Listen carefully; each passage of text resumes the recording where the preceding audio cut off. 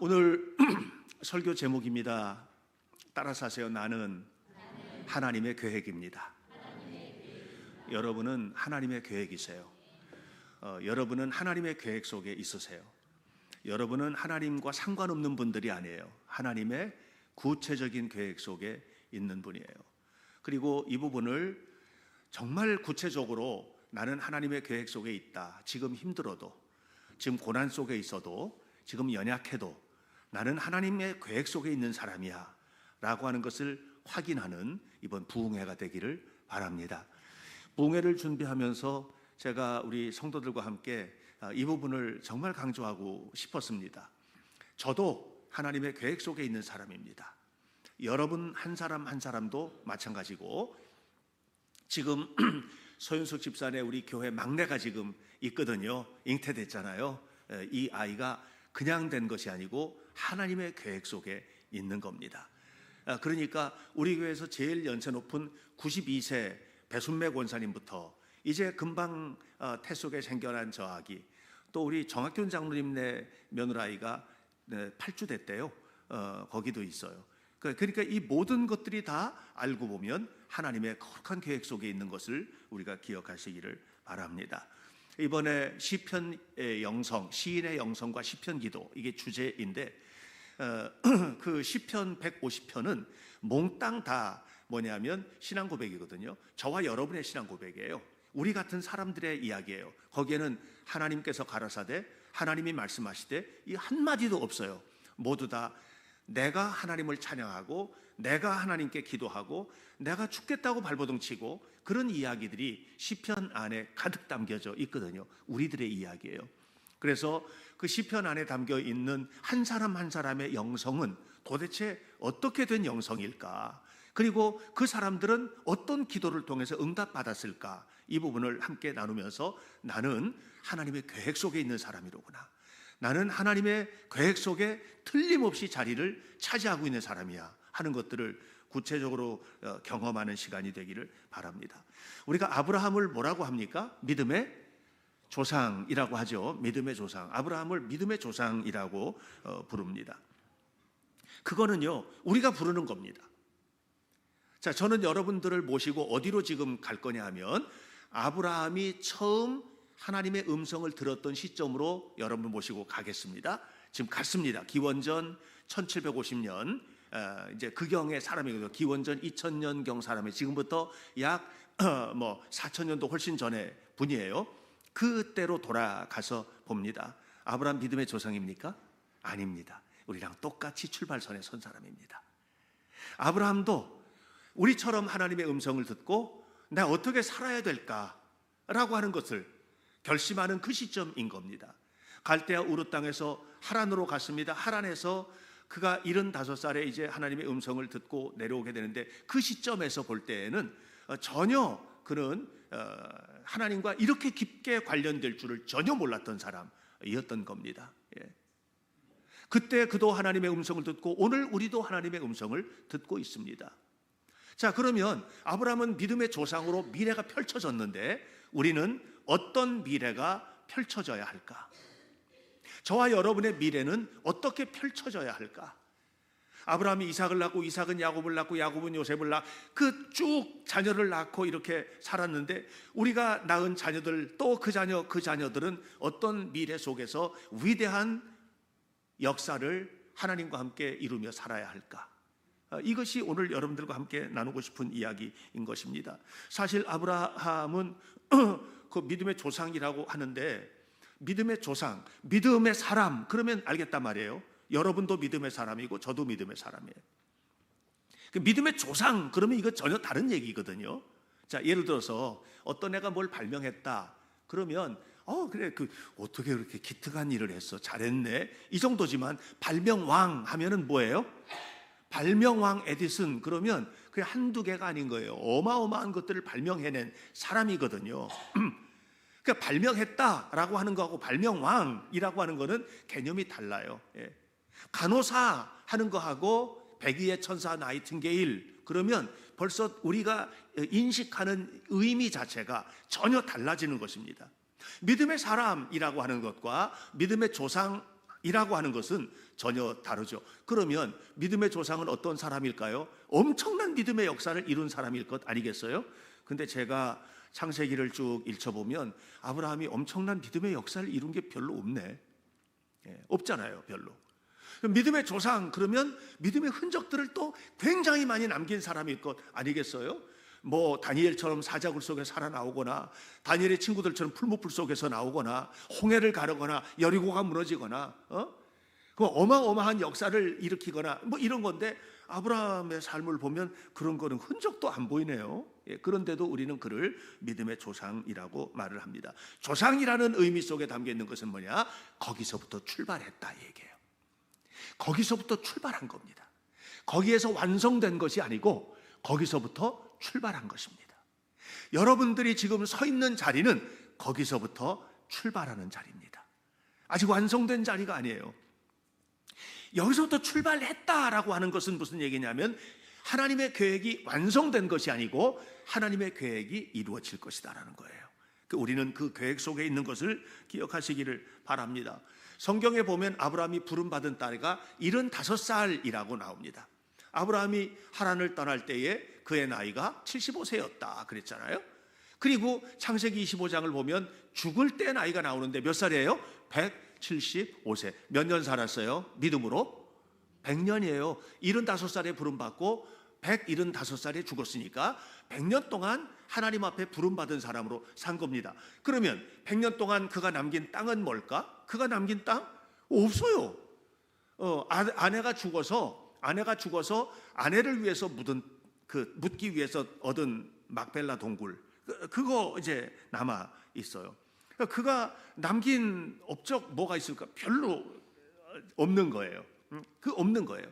그런데 아브라함은 뭐냐? 출발선에서 한 가지를 바라보고 있었다. 그것은 하나님께서 약속하신 것을 바라보고 있었고, 하나님의 약속하신 것을 바라보고 출발해서 그것을 한시도 놓치지 않고 끊임없이 걸어갔다라고 하는 것입니다.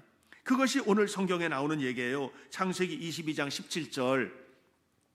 내가 너에게 큰 복을 주겠다. 내 씨가 크게 번성하여 하늘의 별과 같고 바닷가의 모래와 같게 하리니 내 씨가 그 대적의 성문을 차지하리라. 이것은 아브라함으로부터 이삭에게 이어지는 하나님의 말씀입니다. 그러니까 아브라함이 받았던 약속을 그냥 끊임없이 갔어요. 그리고 이삭이 그 약속 또 붙들고 또 가고 있는 것입니다. 여기서 중요한 것은 뭐냐 하면, 여러분, 아브라함은요 완성된 큰 덩어리가 아니고요 부스러기 하나 붙들고 있는 것입니다. 이 부스러기는 뭘까요? 하나님의 약속이라는 부스러기입니다. 약속이 성취됐나요? 하나도 성취되지 않았습니다. 약속은 뭐냐면 아직 이루어지지 않은 거예요. 저기 바로 약속이 있는 겁니다. 표대가 있는 겁니다. 그것을 향해서 지금 걸어가고 있습니다. 헤브론에 있는 작은 무덤 하나 남기고 떠났지만 그 자손도 또 그 자손도 아버지가 남겼던 그 유산을 붙들고 있고, 그 자손도 아버지가 남긴 그 유산 또 붙들고 있고, 끊임없이 그 약속을 붙들고 가고 있는 것입니다. 온갖 어려움이 있었지만 그 어려운 일들 다 견뎌내면서, 제가 오늘 여러분들과 함께 이번 부흥회를 통해서 반드시 받았으면 좋겠는 은혜가 있어요. 세 가지인데, 아브라함이 붙들었던 부스러기처럼 우리도 이 작은 부스러기, 스로보닉의 여인이 주님, 당신의 부스러기 한 조각이면 저는 충분합니다 말했던 그 부스러기, 어떤 부스러기를 우리가 붙들고 하나님의 은혜 속에서 충만함을 누릴 수 있을까? 내가 하나님의 계획 속에 있다는 것을 확신하고 하나님의 계획을 이루어드리는 그런 축복의 자녀가 될 수 있을까?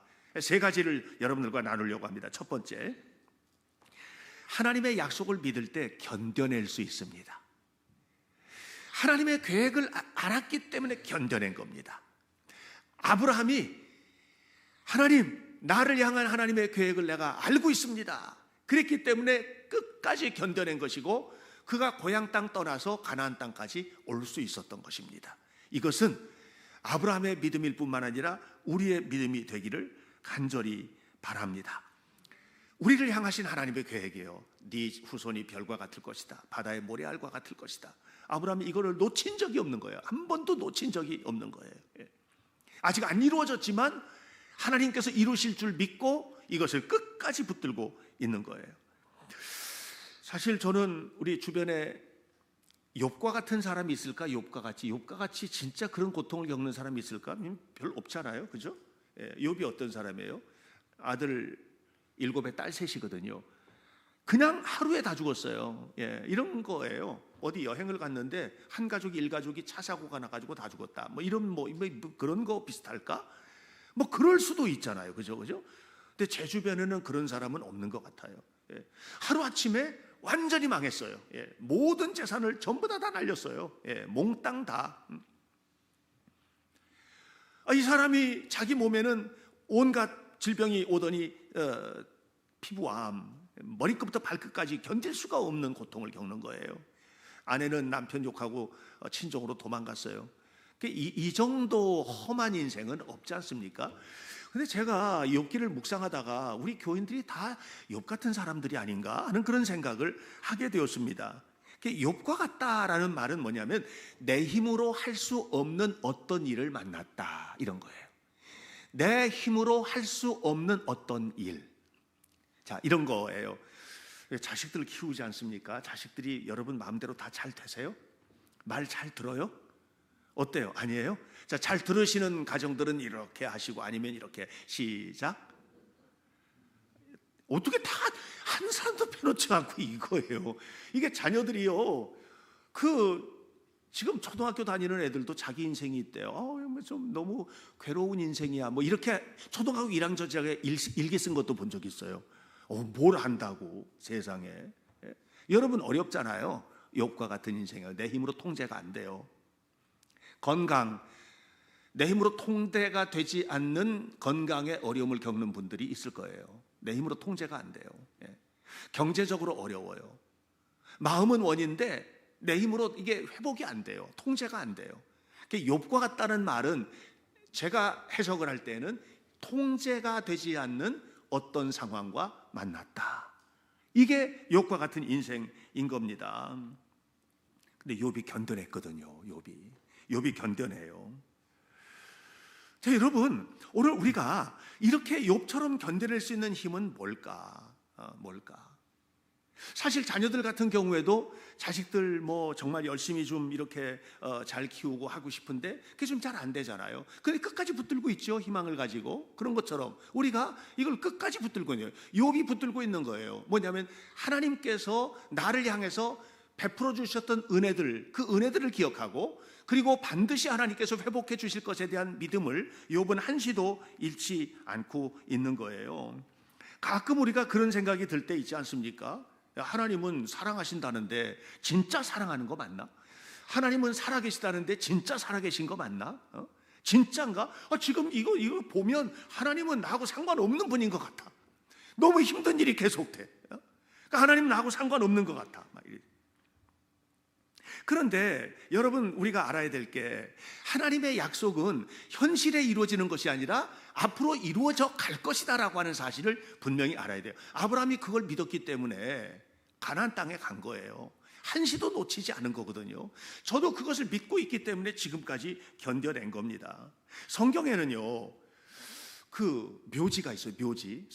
제가 성경에 보면 우리나라도 동작동에 가면 국립묘지 있잖아요. 저거 벌써 딱 보여줬네. 제가 국립묘지 있잖아요. 근데 또 미국에 가면은 그 국립묘지 있거든요. 웰링턴 국립묘지가 있거든요. 그 묘지처럼 이게 이제 지금 보여주셨던 거 보여주셔도 돼요. 저게 묘지예요. 히브리서 11장이 저는 영적 국립묘지라고 생각해요. 저 안에는요, 믿음으로 살았던 사람들이 저기에 다 묻혀 있어요. 자, 보세요. 믿음으로 아벨은 거기 묻혀 있어요. 믿음으로 에녹은 히브리서 11장에 붙여 있는 분이에요. 믿음으로 노아는 거기 계세요. 믿음으로 아브라함은, 사라는, 이삭은, 야곱은, 요셉은, 모세의 부모는, 모세는, 여호수아는, 기생라합은, 기드온은, 바락은, 삼손은, 입다는, 다윗은, 사무엘은, 선지자, 수많은 믿음의 사람들 그 속에 붙여 있어요. 거기에 있는 거예요. 근데 저 사람들의 특징을 한번 좀 보는 거예요. 기생라합, 기생이잖아요. 우리랑 비슷한 사람이 아니고요, 우리만도 못한 사람이에요. 기드온, 그 사람은요 그냥 별로여서 사람들이 사람 취급도 안 하던 사람이에요. 여기 세상에서 직장 다니면서 뭐 하면서 저 인간은 진짜 되게 사람 취급도 안 해, 이렇게 무시당하고 살 수 있겠어요? 그런 사람이에요. 저 속에는요 술주정뱅이도 있어요. 노아. 그냥 얼마나 먹었는지 아들들이 그 부끄러운 것을 보고 너무너무 부끄러워했던, 며느리도 또 보고 손주들도 봤을지도 모르겠어요. 그런 상황의 사람이거든요. 그런데 그들의 미래가 바뀌었어요. 너무나도 평범한 사람이었는데, 근데 그렇게 바뀌게 된 것이 벼락같이 하나님이 오셔서 멱살 잡고 끌어낸 것이 아니고, 그럼에도 불구하고 자기에게 임했던 말씀 한 꼬투리 붙들고 나는 하나님의 약속 안에 있는 자녀다 라고 하는 것을 믿고 걸어간 사람들이에요. 이게 이 사람들의 인생을 완전히 바꿔놨어요. 우리가 왜 고통스러워요? 지금 된 게 없으니까 고통스러운 거예요. 우리가 왜 고통스러워요? 옛날에 경험했던 일이 아직까지도 끊임없이 나를 힘들게 하니까 고통스러운 거예요. 그러니까 내가 지금 고통스러운 것은요, 과거로부터 현재까지와 연결됐어요. 미래가 고통스러우세요? 그건 뭐냐? 과거로부터 지금까지 살아왔던 삶이 준비가 안 됐으니까 미래가 희망이 없는 거예요. 몽땅 다 과거와 관련이 있어요. 우리가 고통스러운 이유예요, 그게. 그런데 이 고통을 벗어날 수 있기 위해서 우리가 해야 될 것은 무엇일까요? 하나님 약속 붙드는 거죠. 소중하게. 나 같은 사람도 그럼요. 부스러기 같은 사람도 그럼요. 부스러기 같은 나일지라도, 기생 라합일지라도, 남편 버리고 왕에게 가가지고 자기 몸을 하고, 그리고서 거기서 솔로몬을 낳았던 우리아의 아내 바세바 같은 여자일지라도, 하나님의 약속 안에 나는 머물러 있다. 하나님의 계획 속에 내가 있다. 하나님의 계획은 나를 이렇게 내버려 둘 수는 없다. 하나님, 당신의 계획이 내 속에 이루어지게 하옵소서. 그런 기도 해보셨어요? 낙심할 줄은 알았는데, 절망할 줄도 알았는데, 그냥 포기할 줄만 알고 살았지. 나 이게 뭐야? 내 인생 이게 뭐지? 이렇게 살아왔지. 하나님의 계획이 내 속에 이루어지는데 이 고난도 합력하여 선을 이루시는 하나님을 믿습니다. 하나님께서 일하시옵소서. 이런 간절한 기도의 사람이 되셨는가? 여러분, 하나님의 계획이 우리 안에 이루어질 때, 그리고 그것이 있다는 것을 믿을 때 우리가 견뎌낼 수 있어요. 견뎌내시기를 바랍니다. 하나님의 약속을 믿기 때문에 견뎌내는 것이지 막연하게 견디는 것이 아닌 것입니다. 하나님의 약속을 믿기 때문에 이 길을 걸어가는 것이지 그냥 막연히 걸어가는 것이 아닌 것을 기억하시기를 축복합니다. 그래서 하나님이 내 곁에 계신다. 우리 여러분 하나님의 이름에 대해서 얘기 나눴었잖아요. 하나님은요, 하나님의 이름이 없으세요. 우리에게 알고 있는 이런 무슨 여호와 라파, 아도나이, 여호와 이렇게 가지고 시작되는 모든 이런 이름들, 이 이름들은 하나님이 알려준 이름이 아니에요. 너무 고통스러웠던데 그 고통스러운 속에서 하나님을 꽉 붙든 사람들의 신앙 고백이에요. 너무 아픈데 하나님께서 치유해 주시옵소서. 여호와 라파, 이렇게 신앙 고백해서 붙여진 이름이지 하나님이 나는 여호와 라파, 이게 아닌 거예요. 우리들의 상황과 관련이 있어요. 하나님께서 그렇게 말씀해 주셨어도 여호와 이레, 정말 고통스러운 자리에서 준비하신 하나님을 만났을 때 고백되는 고백의 이름이거든요. 이 아브라함에게서 고백된 이름이에요. 하나님은 자기 이름을 나는 그냥 나야 이렇게 알려주셨어요. 하나님의 이름이 뭡니까? 나는 그냥 나야. I am that I am. I am who I am. 이렇게 그냥 나는 나야. 예흐예 아쉐르 예흐예. 나는 나야. 우리의 삶 속에서 하나님이 어떤 하나님인지를 고백할 때 그때 우리가 욥처럼 고백할 수 있어요. 욥기 23장 10절 말씀에 내가 가는 길을 하나님이 아신다. 내가 걸어왔던 길도 하나님이 아시고 내가 살아있는 이 삶도 하나님이 아시고 내가 가야 할 길도 하나님은 아신다. 나를 단련하신 후에는 순금과 같이 나올 것이다. 여러분, 순금은요 그냥 나오는 게 아니에요. 단련될 때 나오는 거죠. 지금은 나를 하나님이 순금으로 만드시는 과정이다. 다이아몬드는요 그냥 만들어지는 게 아니에요. 처음 다이아몬드 보면 그냥 돌덩어리 유리 조각이에요. 유리 덩어리죠. 근데 그것이 장인의 손에 붙잡혔을 때 깎아내잖아요. 그 유리 조각을 깎아내잖아요. 깎아낼 때는 아픔이 있는 거거든요. 나쁜 것들이 깎여지고 잘못된 것들이 깎여나갈 때 아픔이 있는 거거든요. 나에게 지금 변화되어야 될 부분이 있구나. 나에게는 지금 하나님께서 필요 없는 부분들 내놓으라고 하시는구나. 내가 지금 이 순간에 하나님 앞에 깎아내질 부분들, 단련되어야 될 부분이 어떤 부분인가, 이걸 모르는 걸 미련함이라고 하는 겁니다. 고난이 계속되는데도 몰라요. 그러니까 계속 고난이 오는 거예요. 계속 깎여서 나가는 거예요. 하나님 앞에 바로 서야죠. 그리고 이걸 견뎌낼 때 승리하는 삶을 살게 될 줄 믿으시길 축복합니다. 이번 부흥회를 통해서 제가 여러분들과 함께 나누고 싶은 또 하나의 은혜가 있어요. 그것은 뭐냐면 하나님과 영광을 돌리는 삶을 살았으면 좋겠어요. 그때 우리에게 주어지는 것이 뭐냐면 명예거든요. 명예, 나의 명예, 그리고 하나님의 영광을 구분할 줄 알아야 돼요. 저는 우리 성도들이 모두 다 어디를 가서든지 명예로운 사람이 되었으면 좋겠어요. 명예로운 사람. 제가 이제 박사학위를 가지고 있거든요. 근데 진짜 받고 싶은 게 하나 있기는 해요. 근데 그거는 언감생신 절대로 못 받을 것 같기는 해요. 내가 아무리 생각해봐도 안 될 것 같아요. 명예박사. 세계 어느 나라를 가든지 제일 존경받는 박사는 공부 잘해서 받는 박사가 아니고요, 명예박사입니다. 명예로움이라는 거는요, 그냥 주어지는 게 아니에요. 명예로움을 여러분 가지시길 바라요. 성도로서도 명예를 여러분 가지셔야죠. 자존심이에요. 나는 명예로운 하나님의 자녀야. 영광은 하나님께 돌리는 거예요. 끊임없이 하나님께 영광을 돌리며 살아가는 사람에게 주어지는 명예, 하나님이 세워주시거든요. 여러분 직장에서도요, 명예로운 이름 되시길 바랍니다. 너 없으면 어떡하니? 명예로운 우리 회사의 사람이야. 명예. 여러분들이 다 그런 사람이 되었으면 좋겠는 거예요. 제가 갑자기 그런 생각을 했어요. 마태복음 15장에 있는 그 수로보니게 여인, 귀신 들린 딸 여인, 하나님께서 치유해 주셨잖아요. 예수님께서 치유받은 다음에 어떻게 살았을까? 잘 살았을까? 끊임없이 믿음을 지켰을까? 왜 이런 생각을 했냐면, 그가 치유받은 동네가 예수님을 믿는 사람들만 많고 하나님을 믿는 사람들만 사는 그런 동네가 아니에요. 예루살렘도 아니고 갈릴리도 아니에요. 이 사람은요, 저 이방 땅에 사는 여인이에요. 수로보니게, 수리아 페니키아, 두로와 시돈 지역, 거기에 사는 여자거든요. 여기는요, 하나님을 믿는 사람이 하나도 없는 곳이에요. 근데 치유받았거든요. 거기서 견뎌냈을까? 거기서 버텨냈을까? 여러분 어떠세요? 여러분 주변에 하나님을 믿는 사람이 하나도 없는 곳에 여러분이 거기에 있을 때 견뎌내실 수 있어요? 버텨내실 수 있어요? 그곳에서도 하나님의 이름을 찬양할 수 있어요? 그렇게 하면서 사실 수 있어요? 여러분 충분히 그러실 수 있는 분이에요. 그게 하나님께 영광을 돌리는 거예요. 하나님은 그에게 명예로움을 주세요. 저는 여러분들이 그렇게 살게 되기를 바라요. 신명기 4장 25절로 26절을 보면 이런 얘기가 나오거든요.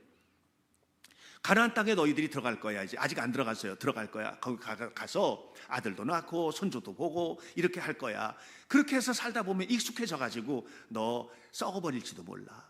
하나님도 잊어버리고 은혜도 잊어버리고 그냥 뭐 그게 좋은 게 좋은 거지 뭐 이렇게 살게 되겠지? 그러면 너는 진멸되고 말 거다. 그 얘기예요. 진멸되고 말 거다. 여러분 어떠세요? 하루하루 살면서 그날이 그날 같고 그날이 그날 같으세요? 로버트 모펫이라고 하는 사람이 있어요. 이분이, 여러분 혹시 리빙스턴 아셔요? 리빙스턴, 탐험가로 우리에게 알려져 있는 리빙스턴의 장인어른이에요. 이 로버트 모펫이에요. 이분이 아프리카 선교의 문을 여신 분이에요. 근데 로버트 모펫이 세추아나, 아프리카 세추아나어로다가 성경을 번역, 다른 언어로도 성경을 많이 번역을 하신 분인데요. 이분이 이 부분, 지금 읽었던 네가 그 새로운 땅에 가서 할 때 너는 부패하게 되면 진멸되고 말 거야. 이 부패한다는 말을 뭐라고 번역을 했냐면 이렇게 번역했어요. 네가 그 땅에 들어가서 조심하지 않으면 새로움을 잊어버리고 말 거야. 여러분 새로움을 늘 간직하고 사셔야 돼요. 매일 새로운 아침, 직장에 출근하는데도 지겨운데 거기 또 가는데 또 가고, 매일 새로운 직장, 매일 새롭게 만나는 사람들, 매일 새롭게 나아가는 걸음들. 여러분 이게 얼마나 좋아요. 이게 하나님을 영화롭게 할 때 주어지는 축복이거든요. 지겨워. 오늘도 또 눈 떴으니 살아야지. 와, 이거 뭐야 도대체. 예수 믿는 사람들이 왜 그렇게 살지? 죽을 것 같이 힘든 고생을 하면서 살아가는 직장 생활이고 뭘 하더라도 그렇게 사는 거예요. 여러분, 아우슈비츠 그 죽음의 수용소 벽에 써 있었대잖아요. 하늘을 두루마리 삼고 바다를 먹물을 쿡 바닷물을 찍어서 하늘에다가 쓰는 거야. 하나님 사랑합니다. 하나님 사랑합니다. 그래도 다 기록할 수 없겠네. 여러분, 우리는 다 지금 너무 좋은 환경 속에 살고 있어요. 새로워지시기 바랍니다. 새로워지세요. 이번 부흥회가 그런 기회가 되시기를 축복합니다. 며칠 전에 어떤 목사님들 자주 오세요. 목사님들이 이제 뭐 얘기 나누겠다고 오시는데 저녁 나절 오셔서 한 4시 반쯤 오셨는데 얘기 나누다 보니까 밤 10시까지 얘기 나누다 가셨어요. 뭐 서울서도 오시고 뭐 어디 의정부서도 오시고 뭐 이렇게 저렇게 오셨는데 그렇게 가셨어요. 그분들이 저한테 그러더라고요. 목사님 40년도 쑥 넘게 목회하셨는데 목회 어떻게 하셨어요? 힘들지. 안 힘들겠어요? 힘들어요. 당연히 힘들죠. 목사로 산다는 것도 때로는 힘겹고 때로는 고통스러워요. 너무너무 심각할 정도로 그렇게 힘들 때도 있어요. 그런데 뒤에 있는 것은 잊어버리고 매일 새 아침을 맞이하는 거, 매일 새로운 아침, 오늘 하나님 새로운 아침 주셨습니다. 감사합니다. 뭐 교회가 새로운 교회예요. 오늘 하나님 나에게 새로운 교회 주셨습니다. 오늘 새롭게 예배하게 하시니 감사합니다. 이겨나가는 힘인 거죠. 이겨나가는 힘인 거죠. 예레미야 애가 3장 22절로 23절에 이렇게 말합니다. 에레미야가 노래하는 거예요. 하나님의 인자와 긍휼이 무궁하심으로. 나라가 망하는 거예요. 지금 나라가 망하는데 망하는 나라를 보면서 눈물로 흘리면서 기도하고 또 기도하다가 이 노래를 부르는 거예요. 하나님 인자와 긍휼이 무궁하심으로 우리가 영원히 진멸되지는 않을 거죠. 매일 아침마다 새롭게 마셔야 할 겁니다. 왜? 주님은 성실하시니까. 주님은 성실하시니까. 우리는 게을러도 주님은 부지런하시거든요. 우리는 연약해도 주님은 강하시거든요. 이 하나님 만나야죠. 이 하나님 만나야죠. 할렐루야. 이 하나님 만나야죠. 이번 부흥회를 통해서 만나시기 축원합니다. 이렇게 하나님 앞에 사는 거예요. 그때 하나님의 놀라운 은혜와 역사가 나타나게 되는 것입니다. 출애굽기 30장을 보면 모세에게 성전에서 사용하는 기름, 이 기름은 뭐냐면은 성전에 있는 기물들에 막 바르고요. 그리고 제사장 머리에 붓고 왕도 머리에 붓고 관유거든요. 관유. 이거 만들 때 뭘로 만드느냐? 5가지 재료가 필요해요. 5가지. 모략, 육개, 계피, 창포, 그리고 올리브기름. 이 5가지예요. 모략, 육개, 창포, 계피, 올리브기름. 이걸 붓는 거예요. 이걸 섞어서 만드는 거예요. 근데 이거는요, 오직 하나님께 영광을 돌리는 데만 사용하라는 거예요. 이게 너무 향기롭거든요. 그러니까 그냥 슬쩍 자기 몸에 바르고 머리에 바르고 뭐 집에 바르고 안 된다. 이거는 하나님께 영광을 돌리는 것이에요. 여러분, 하나님께 영광 돌리는 것을 띄워놓으세요. 하나님께 영광을 돌리고 사셔야 돼요. 내 삶의 좋은 모든 것은 하나님께 영광을. 하나님은 우리에게 뭘 주실까요? 따라하세요. 명예를 주시는 거예요. 이 땅에서의 명예로움, 이걸 주시는 거예요. 어딜 가서든지 우리 성도들은 명예로운 성도가 되시길 바라요. 그래서 골로새 3장 23절에 말씀을 했어요. 이렇게 말씀했어요. 무슨 일을 하든지 마음을 다하여 주께 하듯 하고 사람에게 하듯 하지 마라. 모든 일을 다 하나님께 하라. 이렇게 살아갈 때, 이렇게 살아가길 원할 때 하나님께서 우리에게 주시는 축복은 이루 말할 수 없는 은혜와 축복을 베풀어 주시는 것을 믿으시기를 축원합니다. 그 이번 부흥회를 통해서 뭐예요? 하나님 모든 영광을 받으시옵소서. 그리고 나는 이 땅에서 명예로운 사람 되게 해주옵소서. 기도 제목 되시길 축원합니다. 마지막으로 한 가지 더 여러분들과 말씀을 나누려고 하는 것은 온 가족이 같은 믿음을 가진 공동체가 되었으면 좋겠어요. 온 가족이, 할아버지도 할머니도 아버지도 엄마도 자식들도 손주도 다 그냥 모두가 다 한 믿음으로. 사무엘 상서를 보면 슬픈 얘기 나오거든요. 엘리 제사장 가문에 관한 얘기예요. 엘리에게 2 아들이 있었어요. 홈니, 비느하스. 근데 이 2 아들이요, 한 날 죽어요. 전쟁터에 나가서 죽어요. 그리고 그날 엘리도 죽어요. 한 집안의 남자들이 그냥 한 날 다 죽은 거예요. 근데 이게 왜 죽었냐 하면 저주를 받아서 죽은 거예요. 이게 문제예요. 저주를 받아서 죽은 거예요. 예. 여러분, 하나님이 안 지켜주셨어요.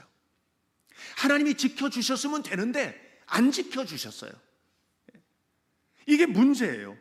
근데 왜 안 지켜주셨는지를 하나님이 말씀을 해주셨어요. 예. 사무엘상 3장 13절에 사무엘상 3장 13절에 이렇게 말해요. 내가 계속해서 말했다. 엘리에게 너네 집 심판받는다. 이렇게 그에게 말했다는 거예요. 예. 왜 그랬냐 하면 그가 아는 죄 때문에. 어떤 죄냐? 자기 아들들이 계속해서 죄를 짓고, 이 엘리의 아들들이 제사장이잖아요. 엘리가 제사장이니까 제사장이거든요. 제사장으로서 역할하는데 계속 죄를 짓는데 그러면 안 된다. 가르쳐라. 그러면 안 된다. 계속 가르쳤는데 그래도 안 들었다는 거예요. 그래서 결국 다 죽었다. 이 얘기를 하고 있어요.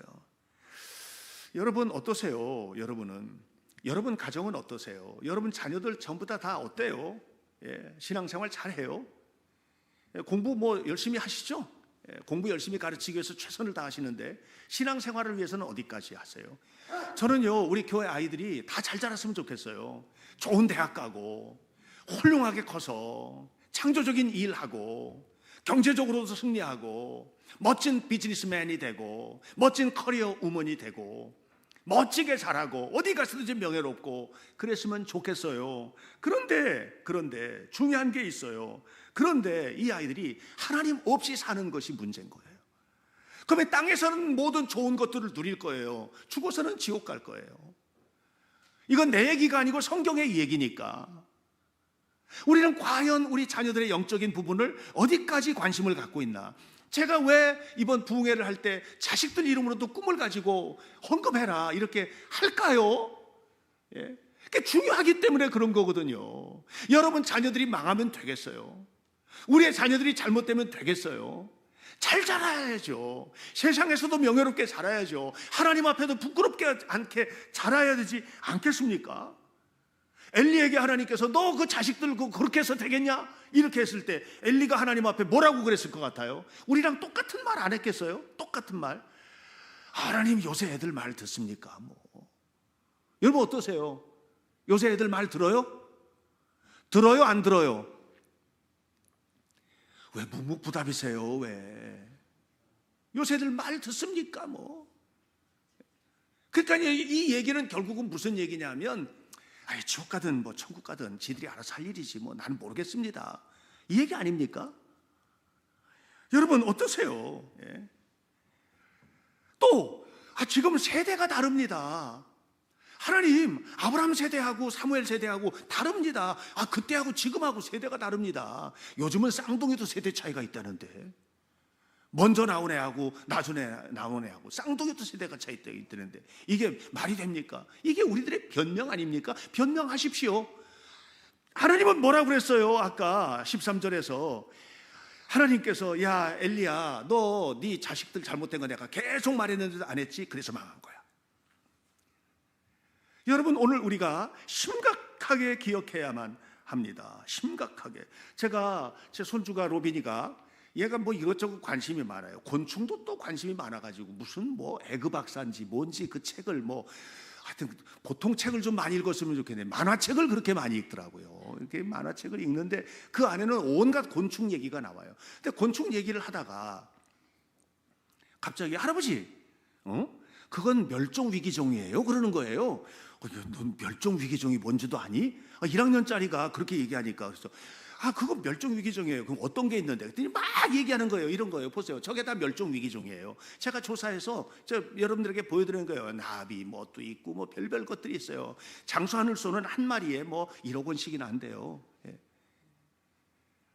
이게 다 멸종위기종이에요. 근데 제가 저런 얘기를 듣다가 무슨 생각이 들었느냐 하면 멸종위기종이 교회 안에도 있다. 이 아이들이 멸종위기종 되지 않을까? 어떠세요? 이 다음으로 이어져요? 여기서 끝나요? 그럼 멸종이죠. 멸종이죠. 여러분에서 끝나면 여러분이 멸종위기종이신 거예요. 여러분 끝장나는 거예요. 이게 다 교회가 문을 닫아야 돼요. 하나님 나라가 여기서 단절되는 거예요. 멸종위기예요. 오늘 우리 이런 위기를 좀 알고 있나? 나라에서는요, 저런 멸종 위기의 곤충들을 키우라고 어마어마한 돈을 투자하고 막 해서 해요. 우리는 지금 어떻게 살고 있나? 하나님 앞에서 우리는 어떤 모습으로 지금 있는가? 저는요, 여러분이 하나님의 약속 안에 있는 자녀임을, 하나님의 계획 속에 있는 분들이심을 기억하고 사셨으면 좋겠어요. 뿐만 아니라 여러분의 자녀들도 하나님이 너무너무 사랑하는 자녀라는 것을 알고 자랐으면 좋겠어요. 지금 당하고 있는 고난과 이런 것, 그랬잖아요. 다이아몬드 깎아나가는 과정이라고, 단련되는 과정이에요. 여러분들의 슬픔과 아픔과 고통을 제가 얼추는 알아요. 그러나 그 모든 것들은요, 결론이 아니에요. 하나님의 계획 속에서 가는 거예요. 승리하셔야만 합니다. 명예로워지시길 바랍니다. 반드시 그렇게 되시길 축복합니다. 이렇게 되기 위하여 우리는 어떤 삶을 살아야 될까요? 나는 하나님의 계획 속에 있다. 우리 가정은 멸종 위기의 가정이 돼서는 안 된다. 우리 모두는 다 히브리서 11장 그 다음에 믿음으로 김대희는, 믿음으로 원근이는, 믿음으로 박필수는, 믿음으로 김준영은, 그 속에 끊임없이 들어가는 국립묘지, 영적 국립묘지 주인공이 돼야지. 멸종 위기, 박행신 멸종 위기종, 얼마나 부끄럽고 아픈 얘기예요. 사랑하는 성도 여러분, 이번 부흥회 때 힘있게 은혜 받도록 함께 힘쓰시기를 축복합니다. 최선을 다해서 주님을 바라보고 하나님 앞에 살아갈 때 하나님의 인자는 끊임없이 부어지고, 하나님의 사랑은 끊임없이 부어지고, 주님의 말씀 안에 있는 약속들은 끊임없이 내게 임하여서 하나님의 영광이 드러나는 아름다운 삶이 회복될 줄로 믿습니다. 찬양하겠습니다.